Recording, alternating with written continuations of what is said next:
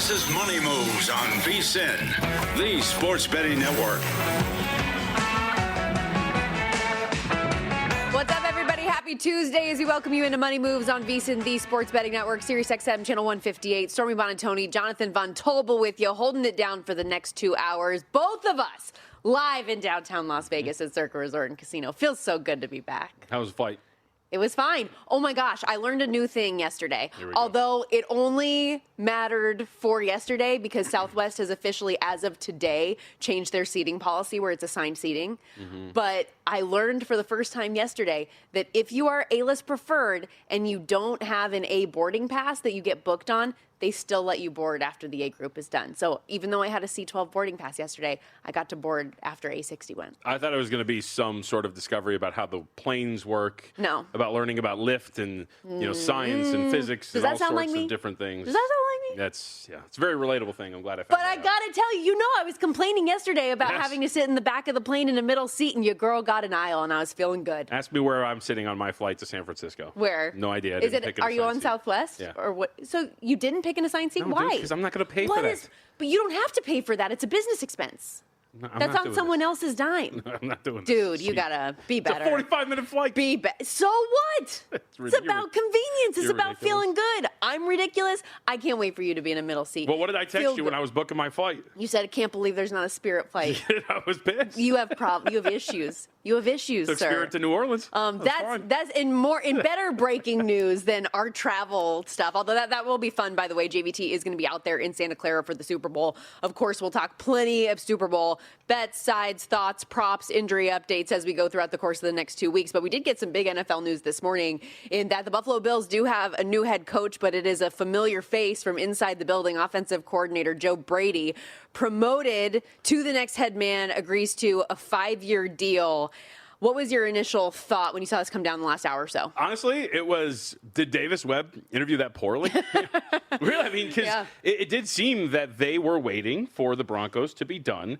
And I don't think it's coincidental that the Broncos get eliminated and then this finally moves and then they make their next step. So I would assume they finally got to get their final interview in with Davis Webb. Again, these are all assumptions, just kind of reading between the lines. And I also think that because I'm going to tie in the team that I cover part-time out here, where it seems like the seeds are moving or the pieces are moving in the direction of Clint Kubiak potentially being the guy and that they're waiting for him.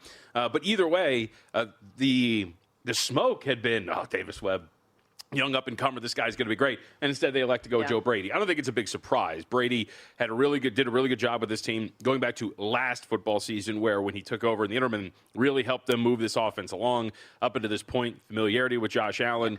I think that all makes sense. I would question if you're just making hires to make Josh Allen comfortable, is it the best decision for a team that you feel is not breaking through?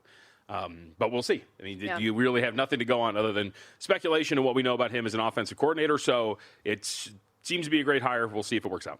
I think that's the thing, though, that's most interesting to me is, like, while continuity is great, and you do have, as you said, a voice that Josh Allen is very familiar with. He's been in his ear since 2022 when he first came on as a quarterbacks coach. He's somebody who understands the culture in the building and all of that. But if your biggest problem in the McDermott era was that you weren't able to get over the hump, is bringing somebody up who has been a part of also not getting over the hump, is that really going to be the answer? But to your point about the whole Josh Allen of it all, he was very involved in this interview process. That's why the names we were hearing was Davis Webb, was Joe Brady, was Brian Daboll, above all others throughout the course of this process. What does this look like for them moving forward in your eyes? And I'd like to add on to your point, though. I mean, overall, let's look at what just happened with Buffalo. You felt like you were getting stagnant, and so you fired McDermott. And your response to that was promoting the guy who was in charge of building the roster and promoting the offense coordinator on McDermott's staff. So that's a great point. I just wonder what's really going to change here for Buffalo. So that, I think, is a very big question. And you have now one of the younger head coaches in the National Football League that does not have head coaching experience, that now is going to have some of the most pressure in the entire league on his back because winning games, that's not what you're being hired here for, because Sean McDermott did that. Winning playoff games, that's also not what you're being hired for. Sean McDermott also did that. It's getting to and winning a Super Bowl. Yep. So now that's the expectation for you in this role. One other reason, though, why I do really understand it, at least, is with the news we got the other day that Josh Allen might end up needing a foot procedure. You probably don't want him to have to relearn terminology and a new offense and all of these other things while you're also dealing with some recovery from injury throughout the course of the offseason. So a lot of layers to this thing. I am in agreement with you that I'm not surprised by it. I think it's fine, but in terms of a needle mover for me, doesn't really do much. Yeah, I don't feel like there's hires. Stefanski to Atlanta. I would even say where McDaniel goes to be the offensive coordinator for the Los Angeles Chargers. Dable being part of the staff for Tennessee, which we'll get to momentarily. Those are hires that I at least feel, okay, when I'm assessing these teams, I feel like they could make a sizable jump or improvement or be better from where they were last year because they addressed some of the weaknesses or built a staff, for in the case of Tennessee, that I think will be pretty well balanced. Yeah. I mean, even look at Dable to kind of get into that news. I mean, Dable, let's invoke Buffalo, it was responsible for helping bring along Josh Allen. Josh Allen was awful at the beginning of his career, and his development, I think, not largely, but part of it was Dable as a mentor/offensive coordinator helping bring him along. And so now you get a defensive-minded coach in Saleh with this team, and then you get a guy who you're essentially going to go, all right, offense is yours. Help us develop Cam Ward. Those are the types of hires. McDaniel with that running game and what Harbaugh wants to do. Those are hires that I think really do move the needle, to use your term, are cherries on top of the sundae, if you will. This is just, okay, let's see what happens. Yeah, McDaniel, to your point, they did make it official, the Chargers, that is yesterday, that he is done interviewing for other head coaching jobs. He is the offensive coordinator for the Chargers, and Brian Dable now the offensive coordinator for the Tennessee Titans. So we'll see if the Bills, I mean, they've got some other things to fix roster-wise. They need to fix the offensive line. They need to get a true weapon in the wide receiver room. Your offense needs to be more than just Josh Allen and James Cook, who, of course, led the league in rushing this year. He needs Who's in to charge be. Of that? Well, that's what I was going to say. Clearly, Terry Pagula believes in the roster and roster development because that's why you promote Brandon Beane. So now let's see, with all of it coming together, and Sean McDermott wasn't Brandon Beane's hire, right? Joe Brady is. So let's see what it all looks like. That said, we have so much more to get through throughout the course of the show today. We are just getting started here. Let's set the table with everything else that is to come, like we always do, ladies and gentlemen. It's time for the top headlines and topics of the day. This is The Rundown. So in addition to the coaching carousel, which there are some more cogs in that we're going to get to a little bit later, we've got a full hockey card in the NHL today. 10 games, time to puck around and find out, including an interesting matchup with our Vegas Golden Knights, who are looking to bounce back from getting straight up embarrassed, thumped by Ottawa the other day. They've got Montreal tonight. And I don't think, I'm going to go on a limb and say, there's not a lot of great goaltending here in this matchup. Correctamundo, sir. So it seems like we might get a wonderful affair, or we'll get a grand total of 87 shots on goal and maybe a 1-0 final. Either way, hockey can be done, but I am looking forward to it. And I need my Red Wings to lose. They are on the mothership here, and they're taking on the Los Angeles Kings. And I would very much like this team to start to lose again, because the second I bet them to miss the playoffs, they won't stop with it. I actually kind of think that's going to be another Red Wings dub. Not going to lie to you. That said, speaking of dubs, how about the Hornets, baby? We have a lot of NBA to discuss, a full card today, a lot of reaction from yesterday. And while the rest of the world might be talking about what Luka and the Lakers did, how about that Hornets winometer? We're up to 19 wins, JVT. You know, we have a lot of meetings about the shows, and one of the things I was really going to bring up was I think we need to discuss that maybe we're kind of overdoing it here with the Hornets and maybe inundating our audience with a little too much coverage. But then I thought a little bit more about that, and I was like, suck it. We're going to do this as much as we possibly can. Let's go, man. We're 1 win away from 20. Let's get this thing done. Most dangerous team in the NBA in the month of January. Get used to it. I was laughing at our text chain yesterday because I remember. It was with my husband and I. Oh, and, Chris said best team in the league, and you're like second best. Goes, oh yeah, I forgot about the Clippers. Yeah. They've been on a nice little tear as well. Relax. Meanwhile, speaking of hoops, huge day in college basketball on deck.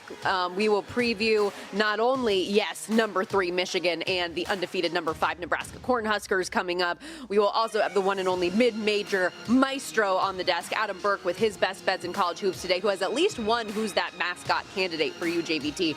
But before we look ahead to tonight, how about last night, as my Arizona Wildcats minus 1.5 bet was far more stressful than I anticipated it being throughout the course of that game, because Wildcats are up 13 at halftime. They're up 19 midway through the second half. I'm feeling pretty easy breezy, beautiful cover girl. And then it's a 1-point game in the last 15 seconds. That's good. I'm surprised you don't use that more often. Yesterday, we recorded Pod to the Futures at night, and we're in the midst of recording it. We started recording about like 8 o'clock or so. And if you listen to the newest edition, which you should, wherever you get your podcast, you will hear me at one point of the podcast because Mitch asked me a question. I go, hold on. BYU has the ball down with like 5 seconds left, and they're only down by 2. He's like, what are you talking about? And we had to wait to watch the final possession. An insane comeback by BYU yesterday, cut short by Braden Burries, who did a great job blocking the potential game winner. Free throws go down. They can't get it done. I know there was a lot being made of A.J. Debonsa not being the guy to take the final shot. We actually had a great meeting with our friends over at CBB Analytics yesterday, and we were going through how to use the website, and one of the things they pulled up was clutch scoring for BYU. He is not their leader in clutch scoring, so it was fitting that came up in the meeting yesterday. It is Robert Wright who got a shot at potentially getting this done. But either way, good performance. Arizona, a lot of people, I think, come out of that and say, this is why I don't trust Tommy Lloyd. I would say I think it's a pretty good sign that you can go on the road, deal with adversity, and pull out a win there, but we'll see what it means in the big picture. Marriott Center, a very tough place to play. BYU was hitting their threes in the second half, 10 to 20 from 3. But Debonsa, to your point, I don't know if I would want him to take that shot anyways, the way he was shooting on the day. 6 of 24 from the floor, 1 of 8 from 3. I don't mind the ball being in somebody else's hands in that moment when sometimes your guy just doesn't have it on a given night. Yeah, and I think there's the assumption, rightfully so, hey, look, it's our best player, let's get this done. But a guy who can create a little bit more and find his own spot in a situation like that, I think makes a ton of sense if you're BYU. So good game. It lived up to it because the earlier contest in the ACC, Duke just railroading Louisville last night, really wasn't a ton of fun. So we got something yesterday. Yeah, thank goodness I didn't take the points with Louisville like I was considering yesterday. I was talking about Michael Brown being back and how good he looked against Virginia Tech. Well, what was his stat line last night? 0 of 8 in the first half, 1 of 13 on the night with 3 turnovers. And we talked about it, a high-volume shooting team. They go 11 of 34 from beyond the arc yesterday. Looking forward to discussing more college hoops a bit later on the program. But when we come back, let's go to the association. Lots in the NBA to discuss. We are just getting rock and rolling here on Money Moves. Stay with us.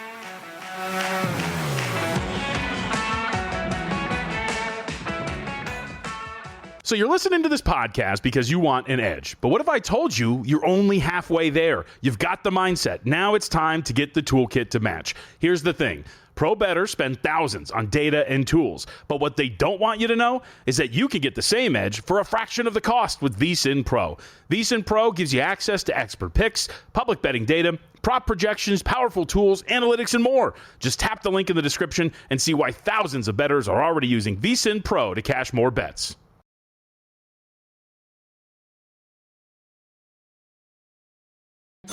You're watching Money Moves here on VSiN, the sports betting network. We're rolling along here on this Tuesday edition of Money Moves. Stormy Buonantony, Jonathan Von Tobel with you live in downtown Las Vegas, Circa Resort and Casino. Remember, if you want to chime in on anything we're getting into today, tweet at us at MeJVT, at Storm Buonantony, at VSiN Live. Going to get into a little NBA action here. We do have a great card on deck today, but first, a little reaction from last night.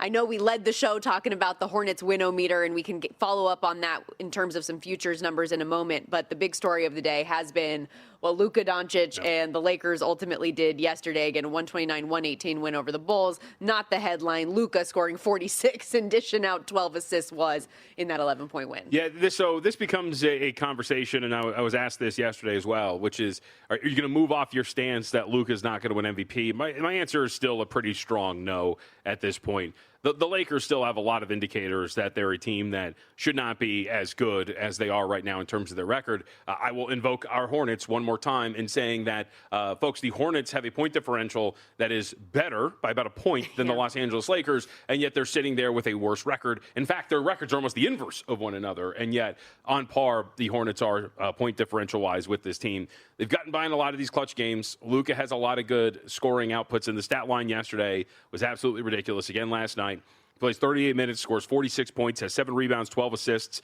on 8 of 14 shooting from beyond the arc, 15 of 25 overall. He's a great player. I don't think there's really any doubt about that. But as my response was, and he's plus 850 to win the MVP, it is, look, man, they're a team that has every indicator that they should probably slip down the standings. He is a player that actively contributes to one of their biggest weaknesses, which is their defense. I just don't think there's going to be enough there for this team that he's eventually going to win it. Now, next year is going to be interesting. They have pretty much all free agents. I assume LeBron's going to be gone. And you're talking about the potential to rebuild in a team that is more readily constructed to succeed around Luka Doncic. So maybe next year is going to be a little bit of a different, ask, if you will, to win MVP, which I think is more likely. But I don't think that's going to happen here. But I wanted to point this out, which is why I wanted to bring this up. We're going to get a pretty good test for the Lakers coming up tomorrow. Yeah. This is part of a road trip for them out in Chicago. They're going to go to Cleveland. They're already there, and they're taking on the Cavaliers tomorrow. This is part of that long road trip that they're on. And I'm really interested because if you look at the 4 of the last 5 games that they've won, we're talking about the Raptors, Denver, as we know, who is riddled with injuries, the Mavericks, and the Bulls. The one loss in between there was the Clippers, who absolutely boat raced them for most of that game. They had a little bit of a fake comeback. Clippers came back, or kind of stomped that down and ended up winning that contest. I think we're going to find out a lot about them against Cleveland, who has quietly won 11 of 15 games themselves and has been performing pretty well. I think the Cavs are kind of becoming a quietly dangerous team. Yeah. Stormy, they were 1 game above 500 about a month ago, and now here they are 28-20 and have been kind of cruising along. Kind of interesting. They've won 4 straight games, tying their longest win streak of the season right now, but 15-7 in games without Darius Garland compared to 13-13 with him in the lineup. They've also won 8 of their last 11 games against teams entering with a 500 or better record. So they're beating good teams along this run as well. Yeah, I think that there was much made of this team falling apart, and I felt like I was going crazy because it wasn't just Darius Garland. They were injured across the board, and they're finally starting to get healthy. They still haven't even gotten Max Strus back. This is a team that is going to be, I think, in an Eastern Conference that looks very weak outside of Detroit and maybe New York if they get their stuff together. This is a team that I think is going to be everything we expect them to be. And now might be the time to start acting on Cleveland. Okay, so let's go to the Hornets now. I've buried the lead enough for my liking. This is a team that all of a sudden is playing much, much better. They've won, 4 of their last 5 games now. And I know this is a 76ers team yesterday. It's without Joel Embiid. They're without their stars. They were a 1.5-point favorite, but you still win that game by 37 yesterday. What are we to make of this? We already bought in on the 4-1 for them to make the play-in. I think you might have done other futures on them. Are the numbers that Charlotte are currently at still worthwhile in your mind moving forward? I would say so. I think we're probably getting to the point where, playoffs at plus 750 might be worth it. If they get into the play-in, in which, again, that's down to plus 220. We were talking about this last week. It was plus 450 when we first brought it up. Then they lost, and it went out to plus 550, and then ultimately came back into where it's at right now. So keep that in mind, too, as you look at this schedule for them. This is a team that every win and loss, their play-in odds are going to be pretty volatile. But I think that they're a team that will ultimately, by the time they get there, be a team that's worth it. I mean, look at what they've done in January. They are 8-6 straight up, 9-5 against the spread. They have an offensive rating of 121.4. That is the best in the NBA in the month of January so far. Their defense rating is 5th best, and they've outscored opponents by 13.4 points per 100 possessions. How about this? I put this in there for a fun nugget. If they play it at this statistical pace, so a net rating of 13.4 points outscoring their opponents by, their expected win total over 82 games would be 68. Stop. Yes. So, they've been great. You see the win-o-meter. We're right there on 20. We're right about to get to 20. Let's say 19. Go. So that's our first step. We're not going to get ahead of ourselves. I will say this. Mitch brought this up on the podcast, which is out now, by the way, wherever you get your pods. He brought up division at 120-1. They're 6 or 7 games back at this point right now. The division itself doesn't look particularly daunting. The Orlando Magic continue to lose basketball games. They've lost 4 straight and 6 out of their last 10. The Miami Heat are a fine basketball team, but are not anything to write home about here. Can they make up that difference with them and the Hawks as well? I would say that's a little bit of a tougher ask. And obviously, you look at it and you're saying, well, of course, it's 120-1. But I'll invoke one more time. The point differential generally is a pretty good indicator of future performance. They have the second best point differential in the division, and in fact, they're one of only 2 teams in the division right now that have outscored their opponents to this point, even though they are 19-28. So there are all the indicators there that this team is better. The question becomes, did they just dig themselves too much of a hole early to realistically do it? But given the opponents that they're going to be facing here in this division, I can understand if you wanted to go in on 120 to win the division, but I'm content with play-in and playoffs like we played them last week. And also, just from a standpoint of what LaMelo Ball brings and doesn't bring, when he is forcing shots and chucking the ball up, they do not have success. When he is more limited and selective in his shot selection, the Hornets are much better. 7-2 when LaMelo attempts 12 or fewer shots in a game. 8-19 when he attempts 12 or more. So take that for what you will. On the Philadelphia side of this thing, though, I point out really quickly on those, there is context to a lot of those. Like, for example, how many of those games when he was taking 19 attempts was he the only guy playing that day? What was the injury situation looking like? There's always reasons for things. So I would just point that out. But still a large sample size. It's a large sample size. And the bottom line is, they're at their best when LaMelo, Knipple, and Brandon Miller are all on the court together. Yep. Correct. On the 76ers side of this, though, without their stars, 10-11 without Joel Embiid in the lineup, 14-11 with him. So it hasn't been that significant of a difference. 5-8, though, in games without Embiid and Paul George this season. What should we be talking about with Philadelphia? I mean, I kind of think that – so Embiid looked really good the other day. I'll be curious to see, and I brought this up to our buddies on VSiN by the Books today. Mark Malusis is filling in for Dave Ross. Jensen was in. You know, it's a good thing Michael Lombardi's not here anymore because I feel like if you look at Philly, again, these are a lot of ifs. Michael would be losing it on a daily basis on this program. Well, I mean, but Embiid, he looked really good the other day. And if he's actually healthy now, and you talk about this team just working on getting fully healthy and fully formed by the time we get to the postseason, again, with the caveat that the Eastern Conference does not look daunting. At 11-1, there are fewer. There's worse bets to be made potentially on a team that has a MVP caliber player that actually could finally be healthy by the time we get to the end of the year. That's a big if. We haven't seen that he can do it, but Embiid is playing well. They have an elite guard in Tyrese Maxey. And if Paul George is your 3.5, maybe even your 4, depending on how VJ Edgecombe continues to play, you're looking at a team that I think does have enough depth to make a run in the Eastern Conference at the very least. As of tonight, they're a 10.5-point favorite at home against the Bucks today.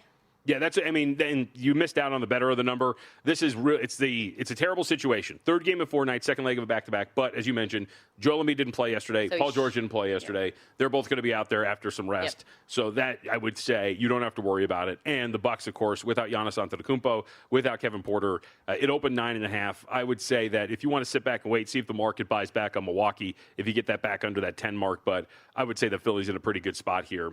Even though on the paper it doesn't look great, this is still a pretty decent spot for them today. Yeah, and that's been pretty standard for Embiid. He hasn't been playing both nights of back-to-backs all season. It's just a load management thing. But wasn't out there last night in the awful, awful loss where they got outclassed by the Hornets. We'll see what they can do today against the Bucks. Reminder, as we talk about line moves each and every day in every sport on the program. Before the line moves, the sharp plays is already there. January isn't about volume. It's about precision. And with the Super Bowl now upon us, we know limits rise, mistakes shrink, and timing matters more than ever. You're not going to outsmart billion-dollar sports books or full-time sharps on your own.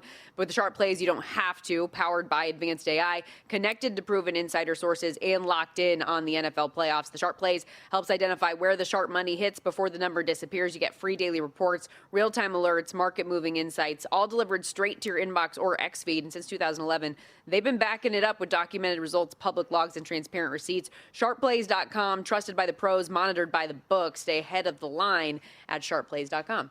A minor bit of breaking news that might not really matter in the grand scheme of things, but the Jets are parting ways with offensive coordinator Tanner Angstrand. For those who don't know, he was the passing game coordinator for the Lions under Ben Johnson. So maybe the NFC North, the spot where he ends up landing, either back with Ben Johnson under him or maybe with the Lions. We'll see. But an offensive coordinator looking for a new one. Okay. One of many coaching changes that we have seen over the course of the last month. Good thing they waited till now. I know. Yeah, they really got ahead of the game. We got to step aside here on Money Moves. When we come back, though, we will get some of the first thoughts on Super Bowl 60 from our guy Adam Burke, as well as college basketball. Rumor has it, maybe talk a little MLB today as well, with the MLB VSiN betting guide coming out in short order. Don't go anywhere. We'll be right back on VSiN, the Sports Betting Network.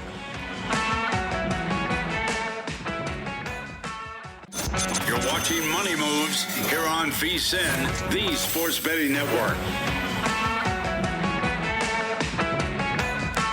Super Bowl 60 is set. NFL coaching carousel going all over the place as we welcome you back to Money Moves on VSiN, the Sports Betting Network. Stormy Buonantony, Jonathan Von Tobel with you. The one and only Adam Burke in studio on the set with us here in downtown Las Vegas, Circa Resort and Casino. Of course, we're going to talk a bunch of college basketball with you in a little bit, Adam. Even a little MLB we're going to sneak in here. But So Trey Mancini.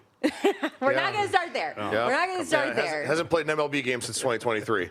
We got. Are we going to start with the East-West Shrine Bowl? Anybody betting that tonight? No, we're not going to Mobile, Alabama either. So we're gonna. It's in Frisco. We're gonna hold that all down. Not the Senior Bowl. I know, but the Senior Bowl too. Oh, is that today too? Yeah, No. Senior Bowl's today. Is it today? Yeah, it's coming up. No, excuse me. East-West Shrine Bowl is today. Yeah, you guys are all over the place. East-West Shrine Bowl in Frisco, Texas. It is a 1.5-point spread in favor of the West with a total of 37.5. Thank you. But when's the Senior Bowl? Senior Bowl is in Mobile, Alabama. I don't know the weekend, date, right? but yeah, I believe it's this weekend. Yes. The only reason I know that is because Adam Hill of the Las Vegas View Journal was supposed to fly out, but because he couldn't because of all the weather and cover it for the Las Vegas Raiders. I don't think there's a question as to what the Raiders are going to do with the draft, but who knows? And from what I understand, by the way, with the Senior Bowl, like even players were dropping like flies out of it because of the weather and all of that stuff. Neither here nor there. That's not where we're going to start, JVT. So why are you guys the way that you are? I'm the one who did it. I wanted to start with you because we were talking in the commercial break about how Joe Brady has been announced as the Buffalo Bills head coach, and you were like, well, at least they have named a head coach, unlike the Cleveland Browns.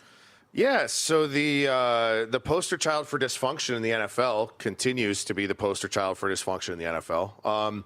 They brought in a lot of good candidates to interview, and then day by day, one by one, they keep going, yeah, well, I don't want to be considered for this job anymore. So they're going to wind up firing Kevin Stefanski for Jim Schwartz, which is an absolute downgrade in terms of a head coach, unless they somehow get lucky and Shieldhouse is willing to take the job. But absolute debacle once again with Jimmy Haslam meddling, and it's the same thing that set the organization back 4 or 5 seasons because Haslam's the one who wanted them to pull off the Deshaun Watson deal. So, I think one thing that we've come to find out in sports is that if the owner is too hands-on, it's probably not a good thing, and we're seeing that again in Cleveland here. Yeah, I don't know who wouldn't want to go out to Winter Haven, like Cleveland, and coach out there. Yeah, speaking of Winter Haven, Florida is where Trey Mancini was born. So speaking of Trey Mancini. Also where the Cleveland Indians used to have spring training before they moved out to the desert. It all connects. All right, Super Bowl 60, before she gets all mad about this. Initial thoughts as we are 2 weeks away from the big game, as the Seahawks are about to a 4.5-point favorite.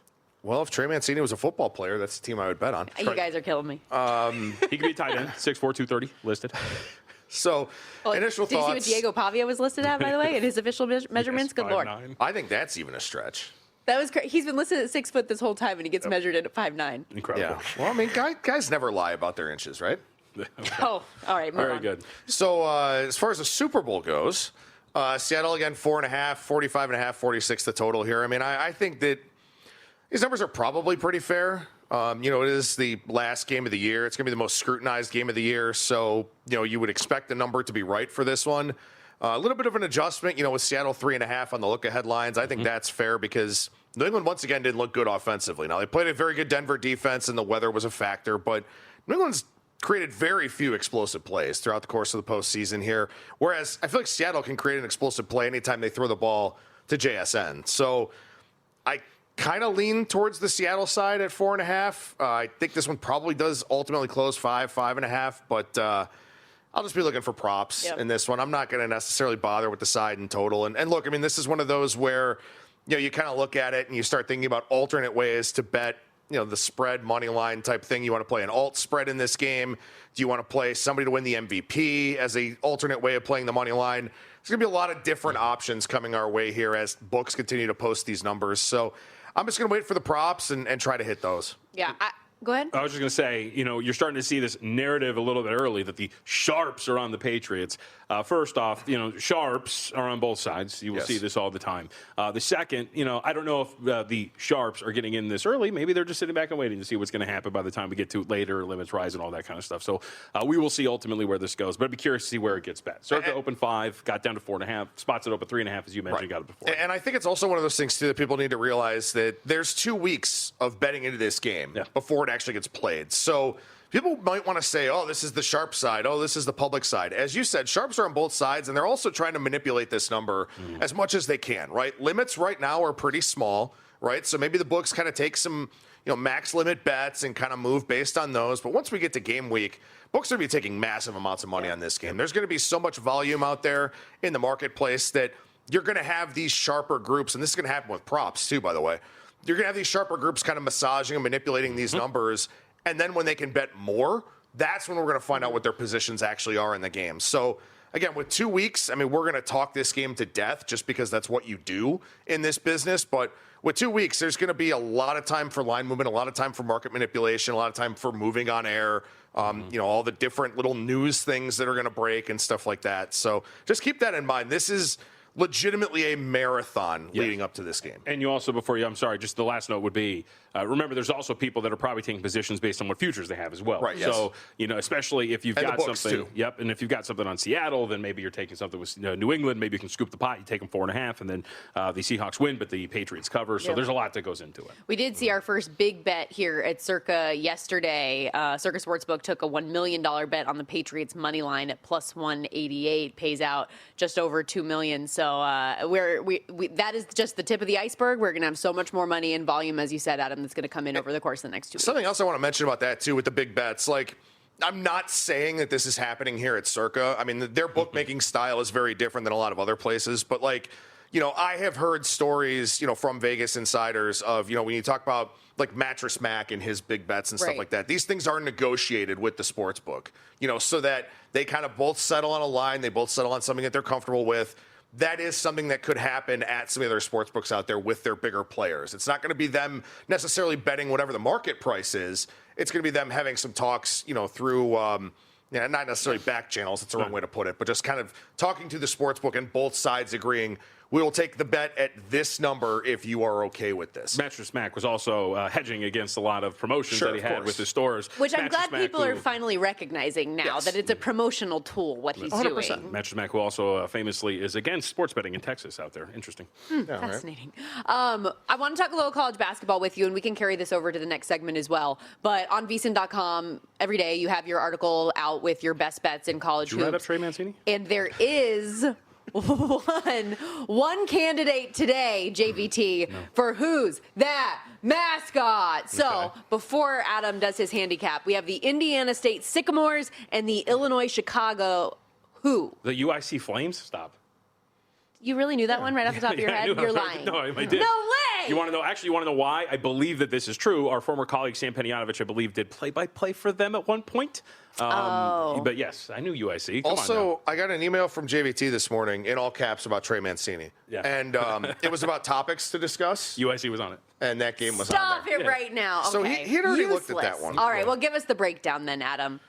Well, it's a basketball game that doesn't involve Trey Mancini. That's true. So... Do you just want to give your just talk about Trey Mancini for the next 2 minutes? No, we'll save it for later. You save the best for last. I wrote the first draft of my Angels preview because our MLB betting guide comes out February 17th. Yep. Trey Mancini is not mentioned in it. Yeah. All right, so Indiana State and UIC here. So UIC's reeled off 6 in a row. They're playing at a very, very high level right now. Yep. And it's also the teams that they've beaten. I mean, they went on the road. They beat Northern Iowa. They beat Illinois State. They beat Bradley last time out. Those are some pretty good teams in the Missouri Valley. Bradley's still trying to find their footing because they lost a ton of production from last season. But Brian Wardle's a really, really good head coach. I expect them to get better as we go throughout the course of the campaign.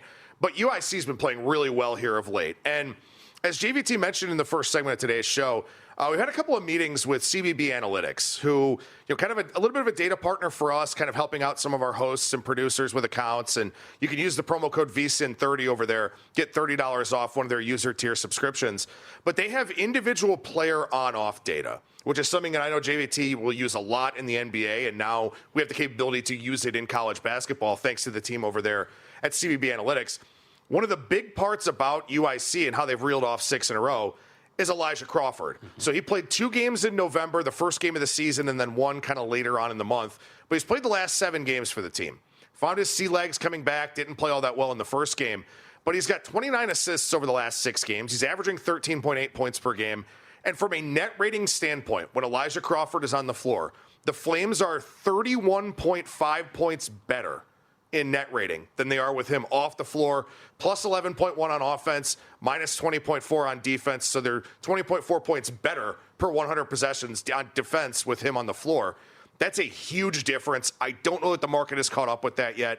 So I laid the 6.5 here with Illinois Chicago against Indiana State. Yeah, and they're also, statistically, they're such a good offensive rebounding team. Their offense has not been particularly great, but they've supplemented their first shot offense by grabbing their own missed shots. Indiana State this year has been a relatively poor rebounding team. They're a lot of red when you look at that category on Ken Palm. So now if you get a creator at guard that can help your first shot offense while also still getting some second chance opportunities, UIC might be a pretty good play here. So I'm sorry to ruin your game, but yes, I knew who they were long before. Boo. Adam is going to, by the way, stick around for the next segment as well. We'll get some more college basketball bets. We'll talk some baseball, as we mentioned. Reminder again, up at VSiN.com, there is an article with his favorite plays of the day, and you get those throughout the week, each and every week.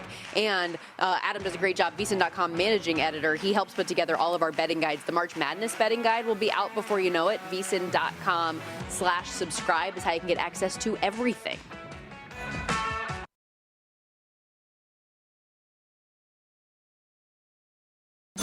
You're watching Money Moves here on VSiN, the sports betting network.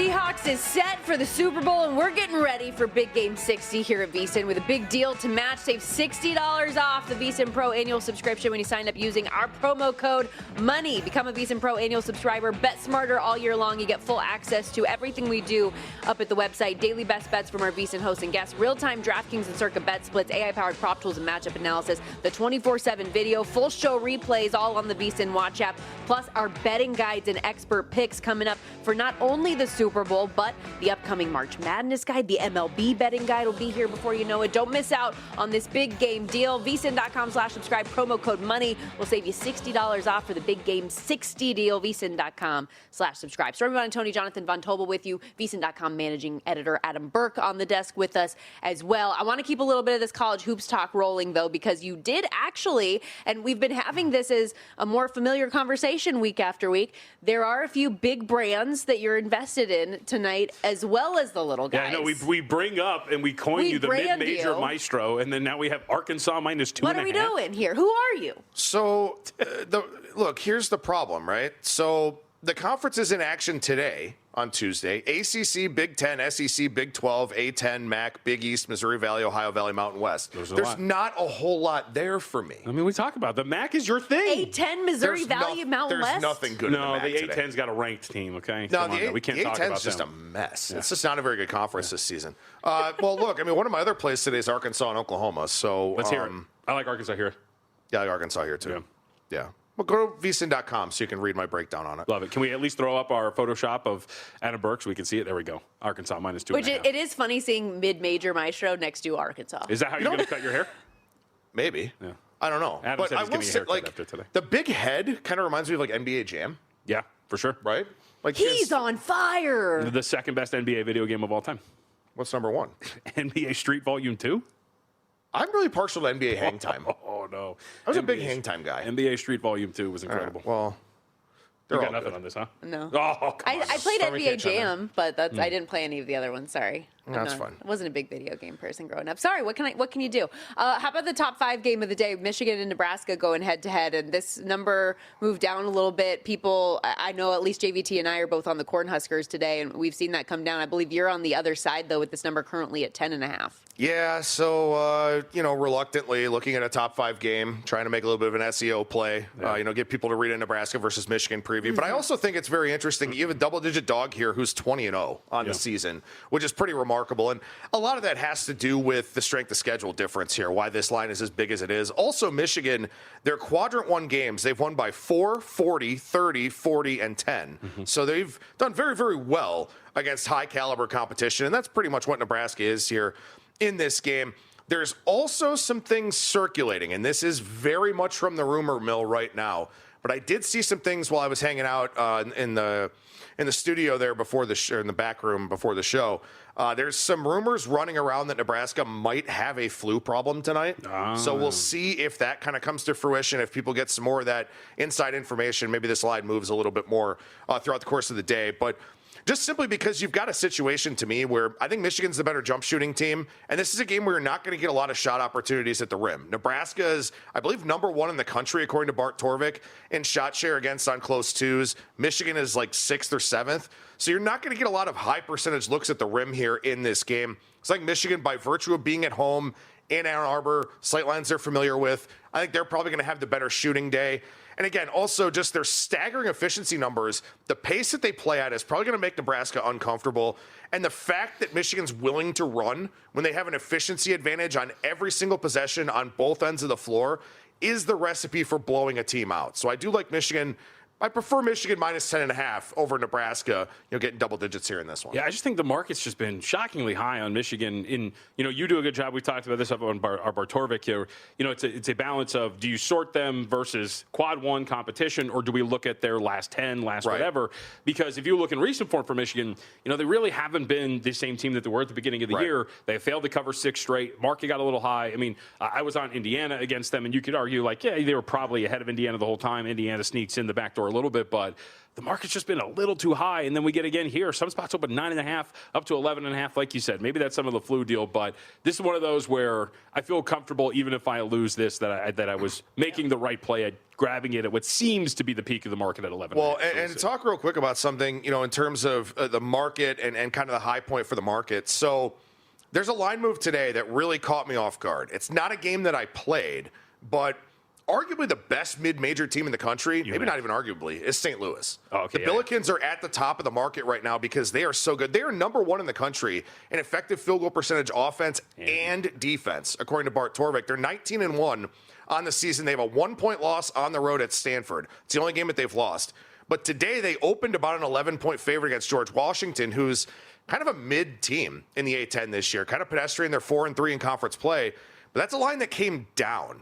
So I think when you see something like that, that's pretty telling. So the fact that this Nebraska-Michigan game kind of saw the line go up a little bit, but in this other game where St. Louis kind of priced at the top of the market, it would appear, that line coming down. Again, a lot less volume being bet on that game, obviously. But, again, as you're kind of going through, especially if you're just, starting out with college basketball for this season, the context clues in the betting market will tell you a lot. And when you see a team as highly lauded as St. Louis is this season getting bet against, that said a lot to me here this morning. Yeah. George Washington, if I could, is actually a really interesting team because on the surface, like you said, a pretty average squad. But they've got a couple of scraps on their resume. Like the results didn't go their way, but you look at them in non-conference, the McNeese game, Murray State, Florida, like they were scrapping above their weight. They lost those games, but they were at least punching above their weight and punching pretty hard. So I think that's actually a low-key pretty good game. Can I ask you really quickly, Miami, Ohio, and UMass, is this going to end at some point for these?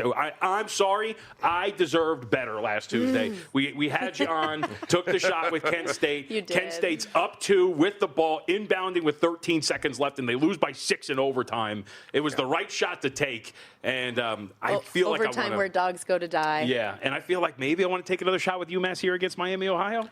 I mean, I can't fault you for it. I mean, Miami of Ohio is a team, they're 337th in the country in offensive rebounding percentage, according to Torvik. Like, they're not going to shoot 62.2% on twos or 39% on threes all year long, right? And if you don't get your misses back and get yourself some second chance opportunities and you start to regress shooting the basketball, that's a problem. That's going to be an issue for them here at some point. Maybe it'll be an issue here today. And I think it's also worth pointing out that, a slate like Torvik, for example, and I don't know what Ken Pom has. I don't have it in front of me right now. Torvik's got Miami a 13-point favorite in this game. And the market is not as high on that number as Torvik Ken is. Pom's got 11. Ken Pom at 11, and the number is 9.5. So people are starting to feel the same way that you are, that like this has to run out for the Red Hawks at some point. By the way, Stormy. Yes. George Washington, name that mascot. Yeah. Oh gosh, I don't know. Masons?